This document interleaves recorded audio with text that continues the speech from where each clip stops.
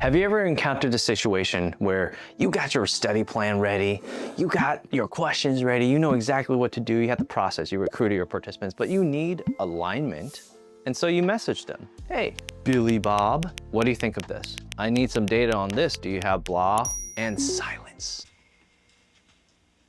They don't respond to you. The most frustrating thing about doing our job, and not just research, right? Not just any job in general, is if no one freaking responds to you, you need alignment. We need alignment. But there are some folks, for whatever reason, it could be a culture thing, it could be they don't see your value, it could be they're just too busy, or they just forgot. If they forgot, that's fine. We'll give them a pass. If they're busy, we'll give them a pass.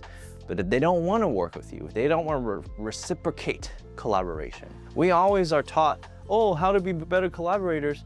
But what about the friggin' bad collaborators? Why did they get a pass, right?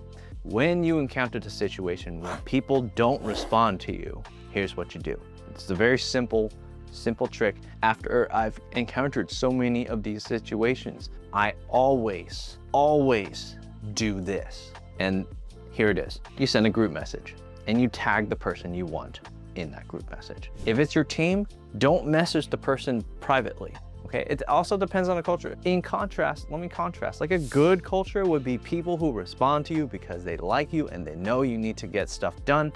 They respond to you. Okay, maybe not immediately, but eventually.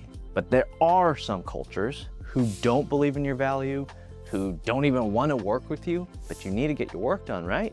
But you can't get your work done without alignment. How do you work with these people? So you send a group message. You send it in your team message. 1, this gets you visibility. 2, it's much more effective to get them to respond. Because if you just private message them, they don't have to respond to you because no one else will see that, right? But if you message it in a group, 1, you have shown that you have proactively asked and requested for information or your team to take an action. If your team doesn't respond at that point, it's on them because now you have visibility.